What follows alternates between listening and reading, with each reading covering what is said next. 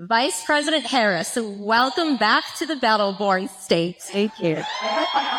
It's good to do that. I've seen many friends. You've been to Nevada many times over the years, though. You're no stranger to Nevada. No, Nevada's my first cousin. But let's catch up. Fill us in. How have you been, and what have you been up to? Oh, thank you. I am well. All things considered, I am well. Doug is well and sends his best to everybody. Our kids are well.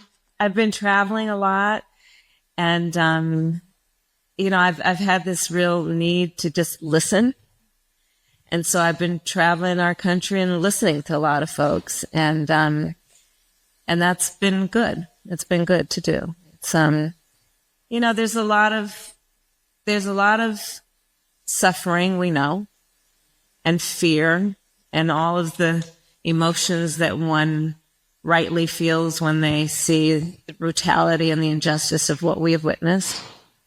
But I will tell you, in my travels, there's a lot that should give us hope also, and renew our faith in what is possible, especially when we, like we are doing this afternoon, sit together as a community of people who care and who love and who fight for what's right, and who maintain an understanding that anything that we stand for is worth fighting for, and we stand for a lot, and we're up for a good fight.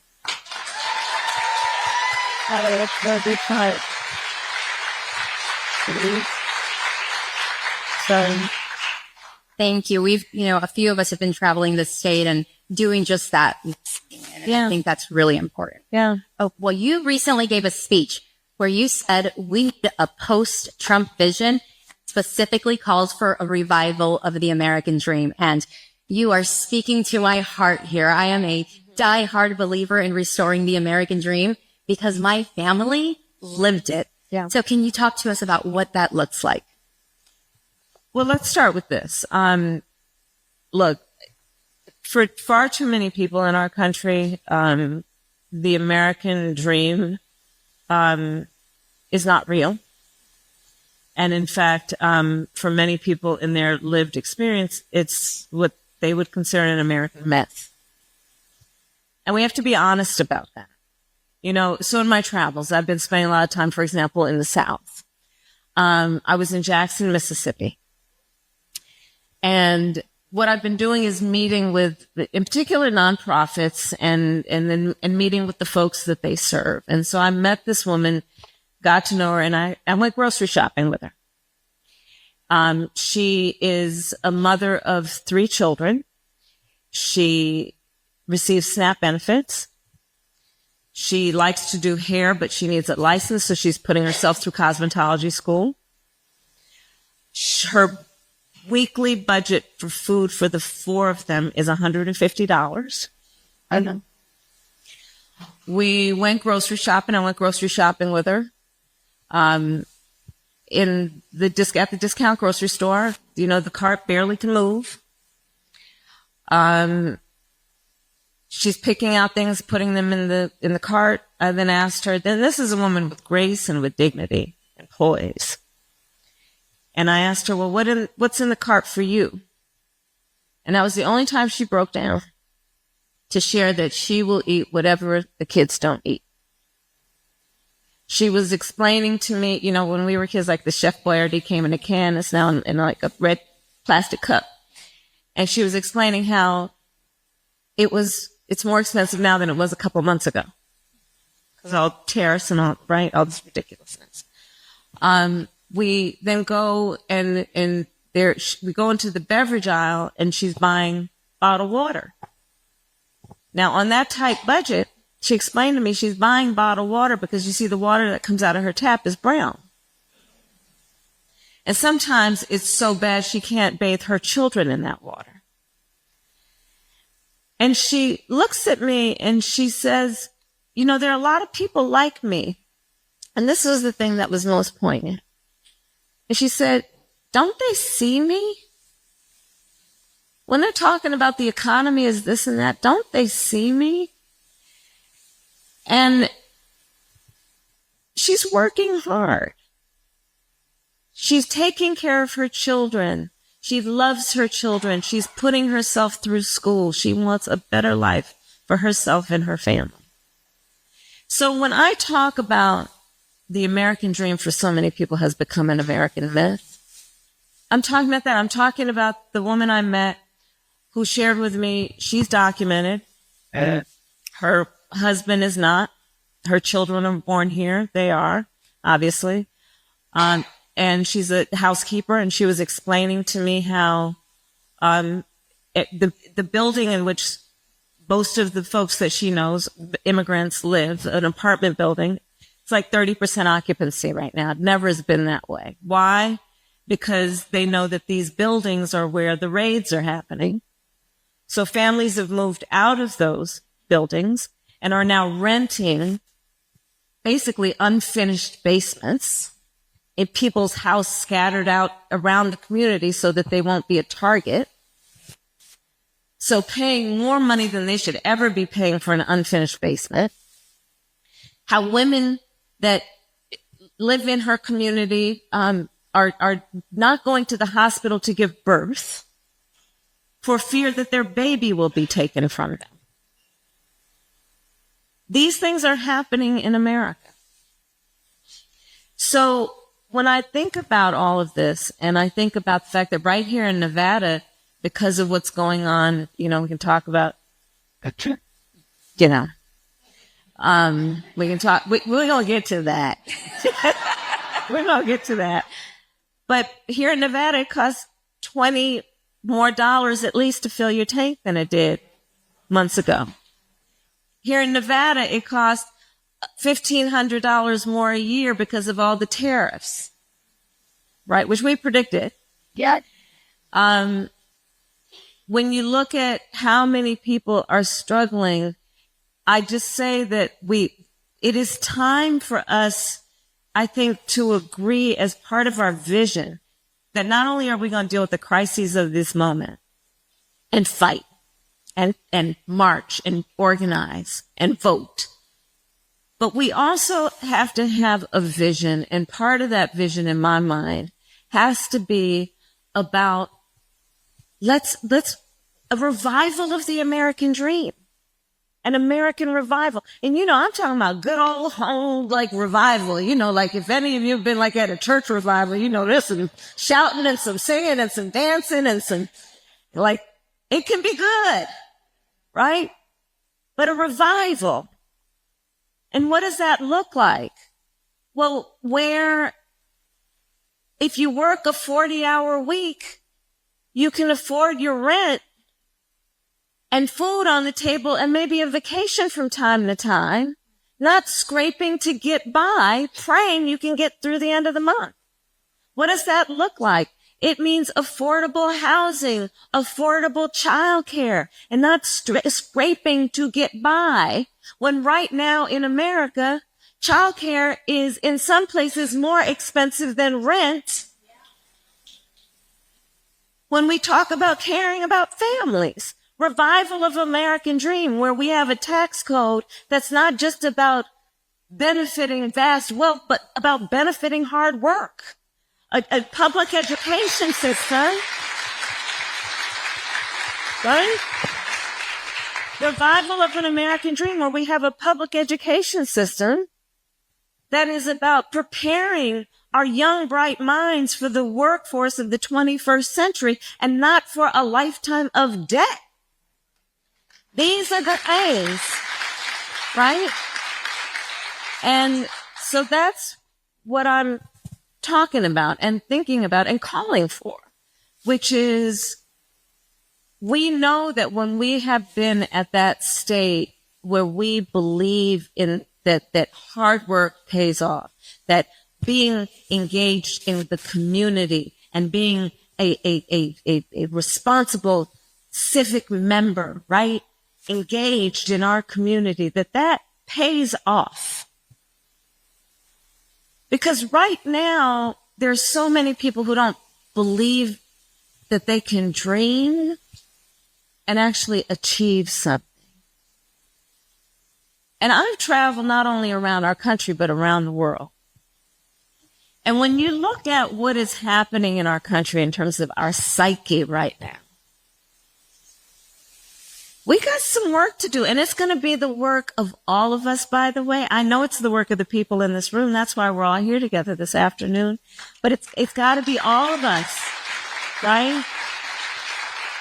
I mean, I think part of it is about a civic renewal. You know, I'm traveling and people ask me all the time, what can I do?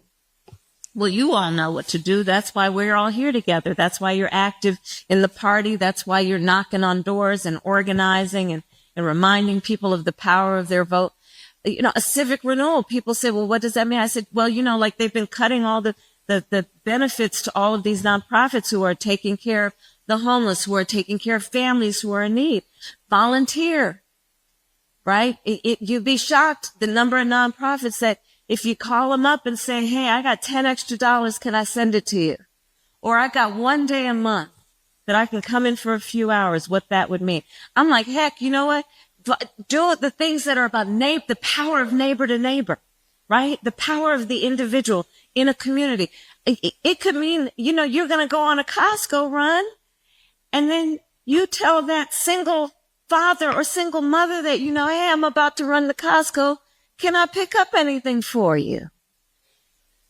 Because in this environment right now, people are feeling so unseen and heard, and they're feeling so alone. And when we try to think about how we're going to get through this, we cannot let these forces that are about brutality, we cannot let this administration that is the most corrupt, callous, and incompetent presidential administration we've ever seen.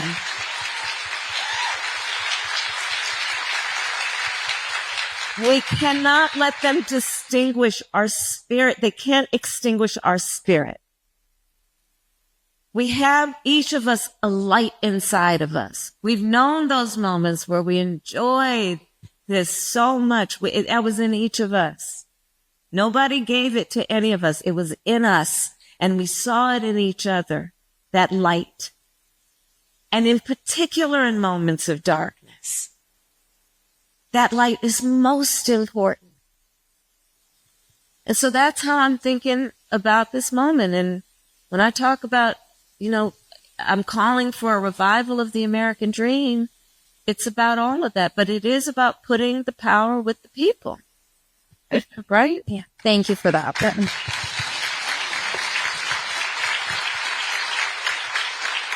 I want to say thank you because there were the things you said. You know, you talked about Americans not believing, and I agree. I think they're facing a crisis of hope right now. And so thank you for fighting for restoring that American dream, to make it a dream and no longer a myth. And you said you went grocery shopping with a woman. You met her where she was. Yeah. You went out and you met the voters where they were, and you probably made her feel seen for the first time in a very long time. So thank you. Yeah.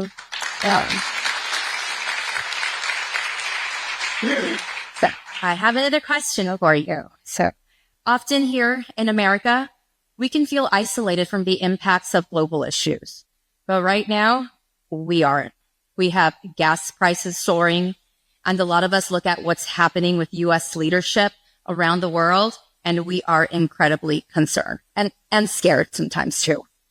You spent a lot of your time as vice president working to rebuild America's relationships. Yeah. What do you think about what's happening right now? And do you think America's reputation can recover?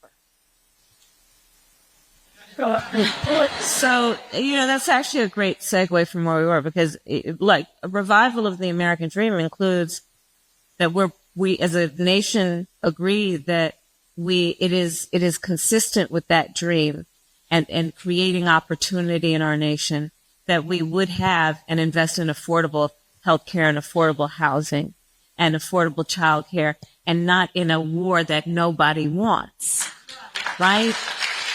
Billions of dollars. And so, you know, where we are, I'm very concerned, I must admit, but I think we can get on the other side of this. And I also believe it's going to take some time.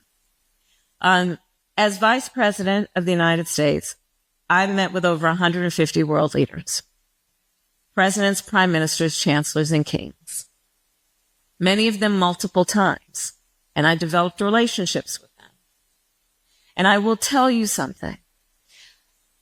Donald Trump is the first president of the United States of either party, Republican or Democrat, since World War II, who has thumbed his nose at the importance of America's relationships with our allies.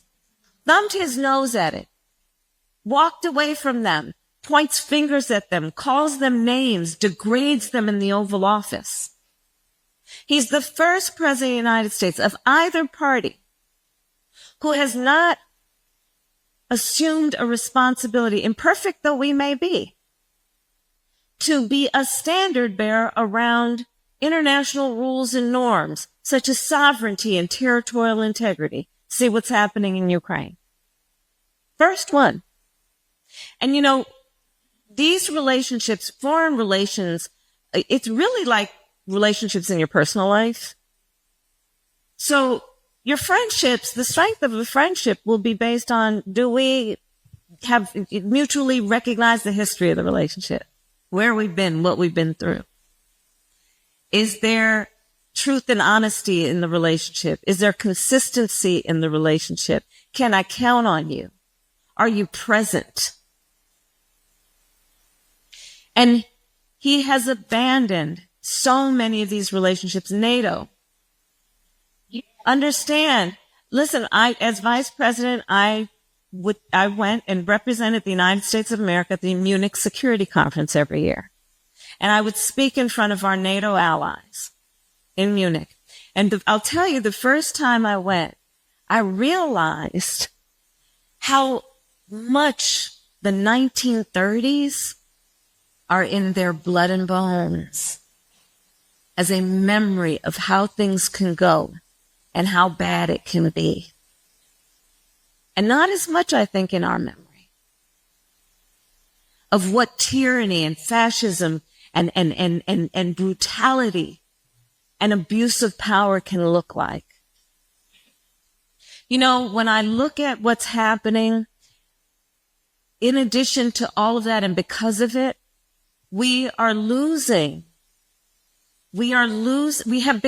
America has become more unreliable. We've become unreliable to our friends, unreliable as a friend. To the young leaders here, you don't want to ever be an unreliable friend. And we have also, therefore, lost our influence. And again, I will say, imperfect though we certainly are, whatever influence that we may have had to talk about issues like human rights, democracy, we're losing our influence. And what that will mean is extraordinary in terms of America's security and prosperity. Because, let's remember, when America isolated ourselves, we have a history of this. And then Pearl Harbor happened. And then we decided, we can't go it alone and disregard what's happening in the world. So I'm very concerned about it. And, when you look at this war in Iran, which the American people do not want, which was not authorized by conference, but even if it was, it should not have been initiated. He talked about obliterating, and then he said, he did. It's all just bullshit. You made me do that. I promise I'm not going to curse in public anymore. We're in a amongst friends. You made me do that. She was over here just saying it. But what is happening though is we are not only losing our authority, we are literally engaged where we're talking about billions of dollars, where we're talking about gas prices going up. where we're talking about the American people suffering. And for what? And that's, this is part of how we have to understand how the irresponsibility of this administration is profound. And by the way, back to the analogy about friendships. So as vice president, I also spent a lot of time in the context of the Indo-Pacific and in the Indo-Pacific. I traveled and spent a lot of time with the leaders of Japan, South Korea, Vietnam, Singapore, Indonesia. Because, we here on this coast of the country, we know that our relationship to the Indo-Pacific is a direct one. And so I spent time with the leaders of those nations, understanding that where we can have and find common ground, we must. So they have pretty much completely abandoned that focus. And as we all know, nature abhors a vacuum. So guess who's moving on in? Somebody asked me recently, where does China fit into all this? And I kind of flippantly said, well, they're just sitting back eating the popcorn. But really what's happening is they're moving in to fill a void. I spent time as vice president working on changing the narrative between the relationship of the United States of America with the continent of Africa. That it should not only be about aid, but it should be about partnership. Understanding that by 2050, it is estimated that 1 in 4 people on Earth will be on the continent of Africa. You know how he talks about African nations. Our adversary, Russia. You want to know who's the big winner on the Iranian war? Russia.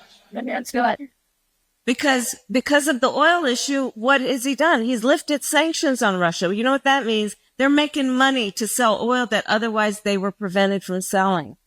What else does it mean? We're sending artillery, ammunition, air defense that otherwise would be going to Ukraine. So the consequences are profound. You're talking about taking over Greenland, which is a territory of Denmark, which is a NATO ally. So, but he's not, I'm not going to dismiss him as being an idiot. He's dangerous. Yeah. He's dangerous. And America's security and prosperity are in the hands and on the line in terms of what he does and does not do. Greenland, anything we want and would have wanted, we could get diplomatically. And you're talking about, Article 5 of the NATO. So I know y'all didn't want to hear all this, but I'm just going to share it with you. Look, the NATO alliance, right? It is the strongest military alliance the world has ever known. Yeah. And there's a part of it, Article 5, which basically is kind of like all for one and one for all.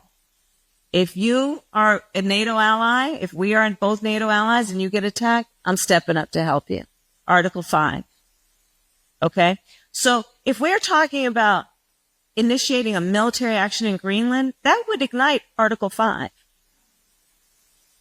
But the second point, probably more importantly to make, do you know the only nation of all the NATO allies who has ever benefited from Article 5?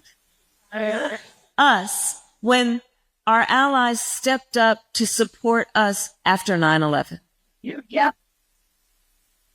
So it's going to take a while. And I have traveled out of the country a couple times since the election. And here's what I will say, and then we can move on to another subject. But one of the things that I also know from my work internationally is the strength of the relationship between nations. Yes, it is dependent on all of the things we've discussed. Yes, it is also dependent on the relationship between leaders.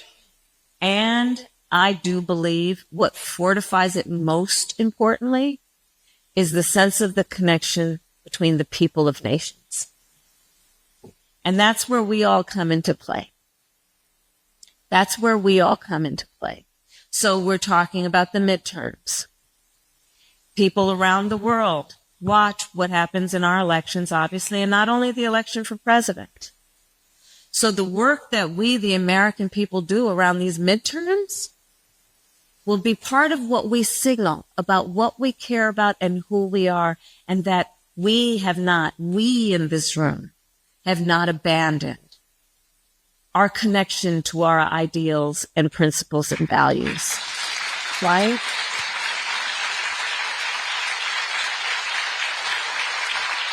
And speaking of the midterms, because you referenced, our NATO allies having memories of the abuse of power. And I'm hoping after these midterms, abuse of power becomes a distant memory when we win back the House and the Senate, right? But it's not going to be easy, guys. It's not going to be easy. They are throwing all kinds of obstacles in our way. That decision from the Supreme Court on the Voting Rights Act. It's my next question for you. Yo, great. Yeah. So last week, the Supreme Court threw a devastating blow, right? Hammering the Voting Rights Act. How do you think that's going to play into the midterm election? I think it's going to have a profound effect. You already have seen. Look, first of all, so I was interviewed recently and they said, the first question was, because it was the day of it happening. And they said, well, when you first heard about it, what did you think? And because I was in California, we're on Pacific Standard Time. It was really early in the morning.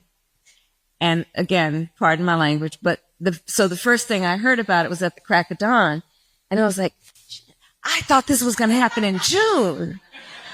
I didn't think it was going to, because normally a lot of the big cases come down in June. Okay. I'm not a conspiracy theorist. I just pay attention. So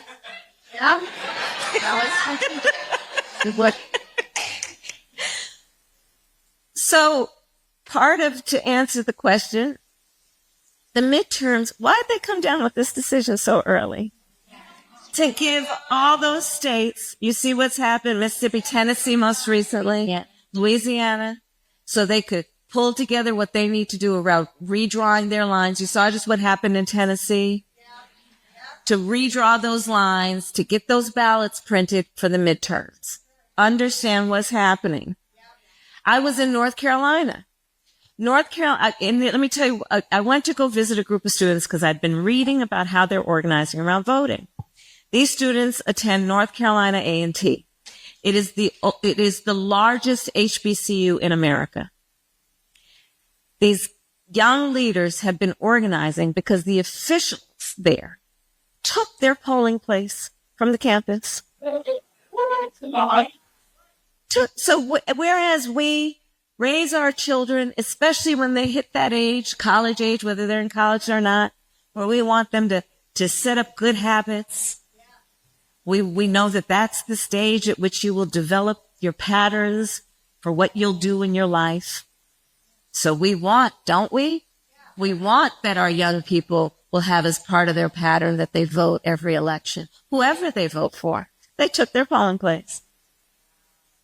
And then when I met with them, they shared with me, so they organized and went up to the Capitol to go speak. And do you know what they were told in the chamber? You only have 5 minutes. I'm not finished. You only have 5 minutes to leave.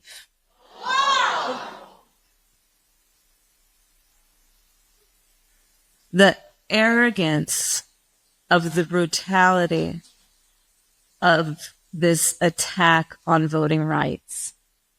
And so we should, by all accounts, based on merit, win the midterms. But it is not going to be easy. People say to me, well, you think they're going to cancel the elections? No, I don't. Because if you thought no King's rallies were a big deal, people will definitely take to the streets. I don't think they're going to do that. What they're doing systematically is making it more difficult for people to vote. Look at the SAVE Act.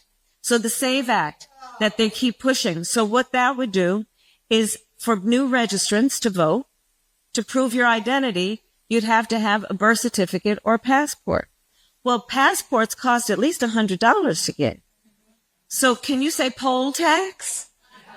Right? But if you are one of over 60 million women in America who changed your name when you were married. Yeah. The name then on your birth certificate is going to be different than the name on your driver's license or your ID. Have fun going through that bureaucracy to try and reconcile that. And it's already difficult enough to try and take time off, especially if you work in 2 or 3 jobs or you have 2 or 3 children. Yeah. So this is what's at play. They're making it intentionally more difficult for people to vote because they know people are not stupid and are paying attention to the cost of gas and the cost of housing and the cost of this war and the cost of the brutality on vulnerable people who deserve to have a government that lifts them up instead of beating them down. So let's get ready for this. This election upcoming in Nevada is going to be so important. Aaron Ford winning for governor is going to be so important.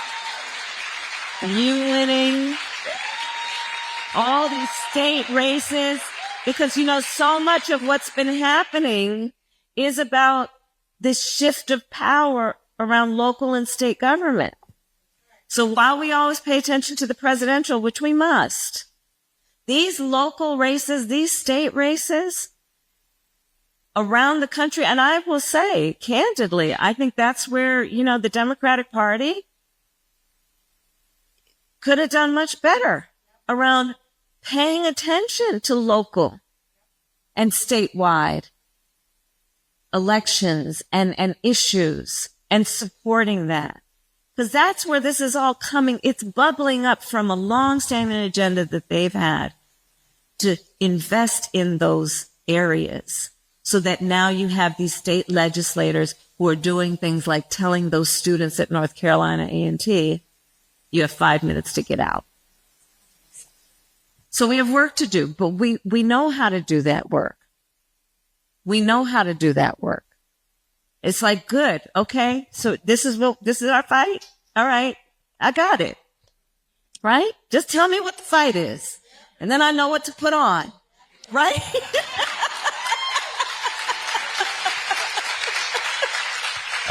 Well, speaking of midterms, and what I see now is a room of fired up Democrats ready, right? Ready to thank you for firing them up. And we get a lot of people asking us, what can they do? You know, people are frustrated and they want to know, what can we do? Yeah. Well, you can vote, right? But we obviously have midterms ahead of us. And here in Nevada, we have reproductive rights on the ballot. Yes. The second time, we need to pass it this time. We passed it the first time, but we need to pass it the second time to codify it. So Nevada is a state that prides itself on protecting choice. And we've been doing that since Roe v. Wade was overturned, but we kept telling everyone, this isn't the end. They're going to keep coming after choice. They're going to keep coming after choice. And we saw that they just did again. So what would you tell people who want to get involved? What can they do right now in this moment? Well, part of it is, again, that the power that we, okay, let me just step back. There's so much about this moment that has made people feel all those emotions from anger to sadness to depression, frustration for sure. But it's also made people feel hopeless and powerless and alone. And let's speak to that for a moment. You know, there is nothing that makes you know your strength and your power more than, you know how it feels when you help somebody out? Oh, it makes you feel good, doesn't it? And there's so much good that we can do, just neighbor to neighbor, that is about that, to just remind us of our power. And when we do it, and when we all do it, what that means in terms of strengthening community around, as much as anything, around hope and a belief that we are being seen and heard. There is the work that we need to do around, first of all, everybody just check your voter registration status. Anybody you know in another state, remind them to do that. That seems like, oh, why would we do that? We've never had to worry about that before. Well, with all this business of them purging the voter rolls, not to mention how they've been going and taking ballots from various states. Remind people, check your voter registration status. Make sure you check your polling location. Part of the game that they're playing, again, to make it more difficult, is this shell game, closing polling locations. So, your parents and your grandparents always voted at that elementary school down the street. And then on election day, if that's the only day they choose to vote, they'll walk down there and it won't be there. So some of the basics too, just let's check those things. Volunteer to be a poll worker. Volunteer on a campaign. Figure out how you can support candidates. And in that way, it is really, I will tell you this is a total digression, but campaigns, I've been in a lot of them for myself and others, and campaigning is fun, right? You meet the best people. You meet the angels walking among us, right? There are babies that have been born because of my campaign. Marriages and babies and all this, right? I see the young people. But I mean, the bottom line is this, and I know we're running out of time. I firmly and strongly believe that when you feel powerless, you are powerless.